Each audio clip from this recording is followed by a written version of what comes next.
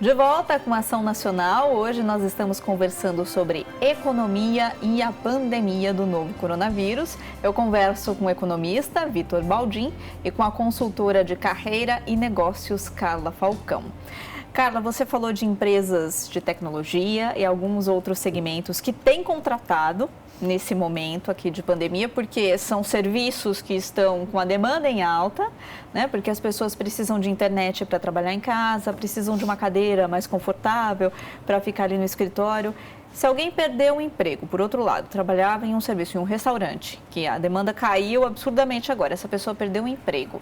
É a hora dela buscar essa outra área, talvez se qualificar online? Isso, a minha sugestão é, com as oportunidades que a gente tem nesse momento, busca uma qualificação, porque elas são online. Hoje em dia você pode até fazer pelo celular mesmo, é possível. Tem uma série de aprendizados que a gente pode receber nesse momento. É importante estar apto para isso, né? E buscar onde eu posso me inserir. Aonde o meu conhecimento, então, faz diferença dentro desse cenário. Uma coisa que vem crescendo muito é a questão do marketing digital, né? A parte toda do e-commerce. Então, se você gosta de tecnologia, tem treinamentos realmente gratuitos sobre esse universo. Então, se você tem um interesse por moda, o que você pode produzir dentro desse universo que está adaptado a essa necessidade atual. Mas o mais importante é, além de olhar para os cenários que vêm crescendo, como que eu posso me inserir neles? O que eu preciso estudar um pouco mais? O que eu preciso aprimorar dentro dos meus talentos para ser interessante para o mercado? Melhorar um perfil meu no LinkedIn, muito importante. Olhar para o LinkedIn, ele é uma plataforma que, além de vagas para recolocação profissional, tem também treinamentos oferecidos lá. Tem pessoas influentes na nossa área que a gente pode se conectar, com quem a gente pode conversar. Então, construir um perfil bem construído no LinkedIn, utilizar essa rede, acessar as informações e notícias lá diariamente também e olhar para essas oportunidades, né? Olhar um pouquinho também para o meu propósito. Talvez seja um momento da gente realmente pensar o que me faz feliz, no sentido, será que isso que me faz feliz, o que eu posso ajudar as pessoas, está disponível no mercado? Eu posso contribuir com esse meu talento para alguma indústria, para alguma empresa, para algum cenário que precisa da minha empatia, que precisa da minha inovação, da minha criatividade, do meu talento para atender clientes, para atender usando WhatsApp, por exemplo, enfim, canais digitais. Acho que é importante olhar para isso. Vitor, e como a empresa pode se preparar para um período pós-pandemia? A empresa que eu falo, às vezes, é um microempresário, é um artesão, é alguém que trabalha com comida. Como é que tem que ser o planejamento financeiro dele para pós-pandemia, para uma retomada, talvez, da economia? Vamos lá, Renata. Talvez existem várias possibilidades, né? Tem como a gente se prevenir para quase tudo. É óbvio que essa pandemia pegou muita gente despreparada, desprevenida, mas eu sempre incentivo as pessoas que elas tenham uma reserva de emergência, seja na vida pessoal ou seja na sua empresa. Essa reserva de emergência que eu estou falando de algo que seja suficiente para você pagar as suas contas por pelo menos 6 meses. Tá? Para quem é empreendedor é um pouco mais difícil, porque a gente está falando de um volume às vezes muito grande, mas é o ideal e é o recomendável para que as pessoas tenham essa emergência, essa reserva de emergência para se prevenir desse tipo de situação.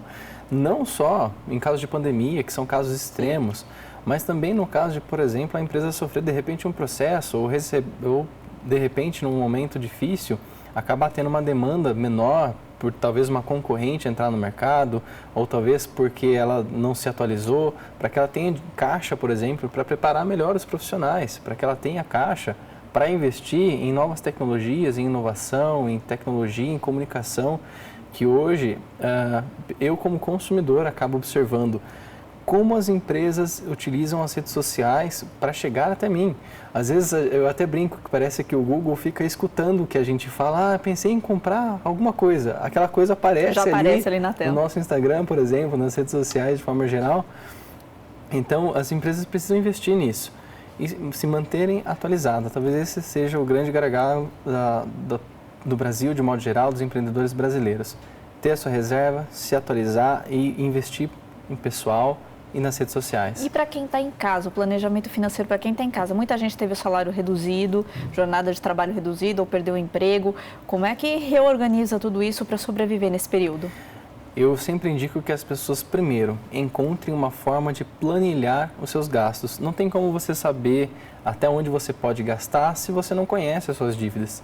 E aí eu não estou falando só de dívida do cartão, por exemplo, ou de parcela de financiamento. Estou falando de dívida de modo geral. As pessoas precisam gastar para comer, para tomar banho, para assistir TV, para assistir alguma coisa na internet. Então, observar o orçamento familiar, observar o quanto ela gasta com tudo, anotar cada gasto, discriminar esses gastos para que seja possível identificar, às vezes, por exemplo, esse mês nós gastamos demais com gasolina. Eu sei que não é o momento, mas quando voltar tudo ao normal, gastamos demais com gasolina, gastamos demais com o supermercado, gastamos demais com pedindo comida, sem necessidade.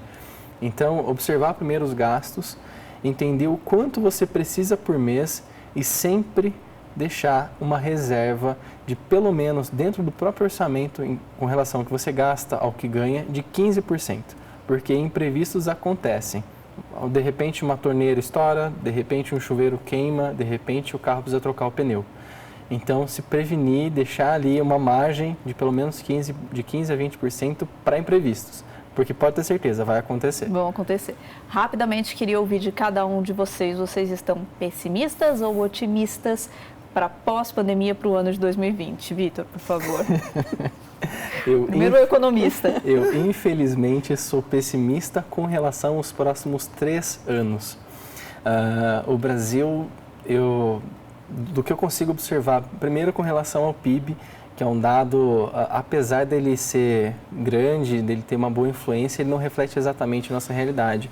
Eu sou mais a favor do PNB, que é o Produto Nacional Bruto, né, que esse sim envolve todas as empresas que são brasileiras, fora do território brasileiro, inclusive. E observando a queda brutal que vai acontecer até o final desse ano, e observando a dificuldade que o Brasil tem de se atualizar, a dificuldade que o Brasil tem com relação à sua política, para entender que nós precisamos cortar gastos públicos, que nós precisamos privatizar as coisas, observando o fato de que as leis trabalhistas são extremamente difíceis, são complexas e que o sistema tributário do Brasil é um dos mais complexos do mundo, eu tenho uma péssima previsão, pelo menos até esse presente momento, para os próximos 3 anos. Vai ser muito difícil a gente se recuperar desse baque e vai ser muito difícil da gente voltar a crescer. A gente vai ter que se esforçar. Vai ter que se esforçar. Carla, rapidinho também. Eu já tenho uma visão mais otimista, não no sentido econômico, que realmente a gente tem um impacto grande, mas no sentido de oportunidade. Temos aqui uma grande oportunidade de sermos mais humanos, de sermos mais criativos, de sermos mais inovadores e mais simplistas. O que a gente precisa fazer hoje para chegar até amanhã? Então, as oportunidades estão aí. Eu tenho certeza que o ser humano vai sair melhor de tudo isso, mas a gente vai precisar de muita flexibilidade para poder fazer tudo isso acontecer dentro do que é possível. Mas eu sou muito otimista. Então a gente junta a opinião de vocês dois e forma uma realidade aí para o próximo ano. Muito obrigada pela participação de vocês na Ação Nacional. Voltem sempre. Obrigada a você. A Ação Nacional está terminando. Ótima noite para você. Até a próxima.